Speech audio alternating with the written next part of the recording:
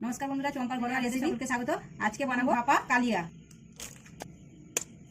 এর মধ্যে অল্প একটু লবণ দিয়ে দেবো, অল্প একটু গোলমরিচের গুঁড়ো দিয়ে দেবো, ধনে জিরে ভেজে রাখা গুঁড়ো মশলা দিয়ে দেবো, ফেটিয়ে নেবো। এর মধ্যে তেল দিয়ে দেবো, তেলটাকে আমি একটু এইভাবে লাগিয়ে নেবো বাটিটার মধ্যে। ডিমটা আমি ঢেলে দেবো, ওটা ঢাকনাটা দিয়ে দেবো। জল দিয়েছি, জলটা গরম হয়ে গেছে।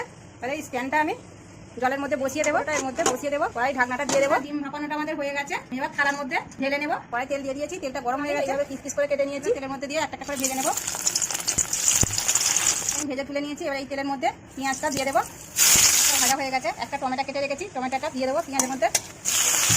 পরিমাণ মতো লবণ দিয়ে দেবো। আদা রসুন ছিলে বেটে রেখেছি, সেটা দিয়ে দেবো। হলুদ গুঁড়ো দিয়ে দেবো, চামচের 1 চামচ লঙ্কা গুঁড়ো দিয়ে দেবো। ধনে জিরে গুঁড়ো 1 চামচ দিয়ে দেবো। 1 চামচ কাশ্মীরি লঙ্কা গুঁড়ো দিয়ে দেবো। দুটো কাঁচা লঙ্কা কেটে রেখেছি, দুটো কাঁচা লঙ্কা দিয়ে দেবো। রসুন বাটা জল দিয়ে দেবো। ঝালটা আমাদের ফুটে গেছে। এবার আমি ডিমগুলো ভেজে রেখেছি, এভাবে ভেজে রেখেছি, দিয়ে দেবো। ভাপা কালিয়াটা আমাদের হয়ে গেছে। এবার উপর থেকে একটু গরম মশলা গুঁড়ো ছড়িয়ে দেবো। এইভাবে বানিয়ে খাবেন। আমার চ্যানেলটাকে সাবস্ক্রাইব করবেন।